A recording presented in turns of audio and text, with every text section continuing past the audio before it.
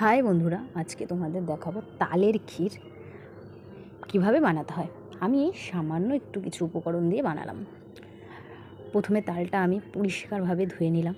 ধুয়ে নেওয়ার পর তালের উপরের আঁশটা ছাড়িয়ে নিলাম।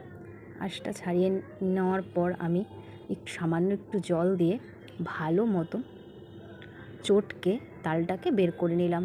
এবার তালটা বের করে নিলেই তো শুধু হবে না, তার ভেতরে আঁশও থাকে। সেই আঁশগুলো আমি একটা ঝুড়ির মধ্যে তালটাকে নিয়ে ভালো করে ঘষে আঁশগুলো ফেলে দিলাম। ফেলে দেওয়ার পর সেই তালের মধ্যে আমি সামান্য একটু আমুল দুধ দিলাম, তোমরা বেশিও দিতে পারো। আমুল দুধ দেওয়ার পর তার মধ্যে একটু নারকেল দিলাম, দিয়ে একটু সামান্য চিনিও দিতে পারো। দিয়ে কড়াইয়ের মধ্যে অনেকক্ষণ ধরে নাড়াতে হবে, যতক্ষণ না সেই তালটা আঠালো হয়ে আসছে। যখন দেখবে তালটা আঠালো হয়ে আসছে তখন নামিয়ে দেবে। ব্যাস, তালের ক্ষীর রেডি। টাটা।